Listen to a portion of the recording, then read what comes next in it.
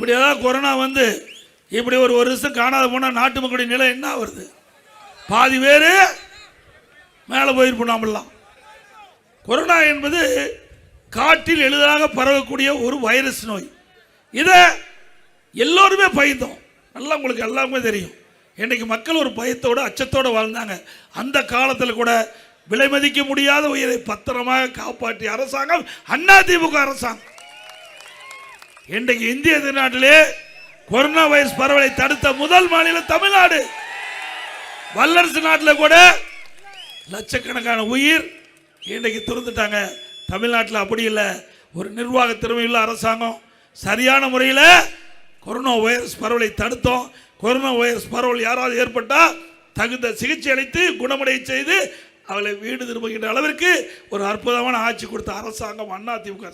அந்த காலகட்டம் தொழிலாளருக்கு வேலை இல்லை, தொழிலாளர் பாதிக்கக்கூடாது என்பதற்காக ஒரு வருஷம் விலையில அரிசி, விலையில எண்ணெய், விலையில பருப்பு, சர்க்கரை எல்லாம் கொடுத்த ஒரு ஆண்டு அதிமுக அரசு. அப்புறம் குடும்பத்துக்கு 1000 ரூபாய் கொடுத்தோம், அட்டை கொடுத்தோம். தைப்பொங்கல் போது எல்லா குடும்பத்துக்கு 2500 ரூபாய் கொடுத்தோம். சிந்திச்சு பாருங்க. 1 ரூபாய் அரசுக்கு வருவாய் கிடையாது. எல்லா கடையும் மூடியாச்சு, வரி கிடையாது. அதே போல டாஸ்மாக் கடை வரியா அங்க வருமானம் உள்ள 1 வருஷம் கடை மூடியாச்சு. அதோட பத்திரப்பதிவு அதில் வருமானம் கிடையாது, ரோட் டாக்ஸ் வருமானம் கிடையாது, ஜிஎஸ்டி கிடையாது, கலால் கிடையாது, எக்ஸைஸ் எதுவுமே இல்லை. ஆக 1 ரூபாய் வரி வருமானம் இல்லாம ஒரு அரசாங்கம் நடத்திய ஒரே அரசாங்கம் அதிமுக அரசாங்கம். இன்றைக்கு அதிகாரிகளுக்கு கூட முழு சம்பளம் கொடுத்தோம்.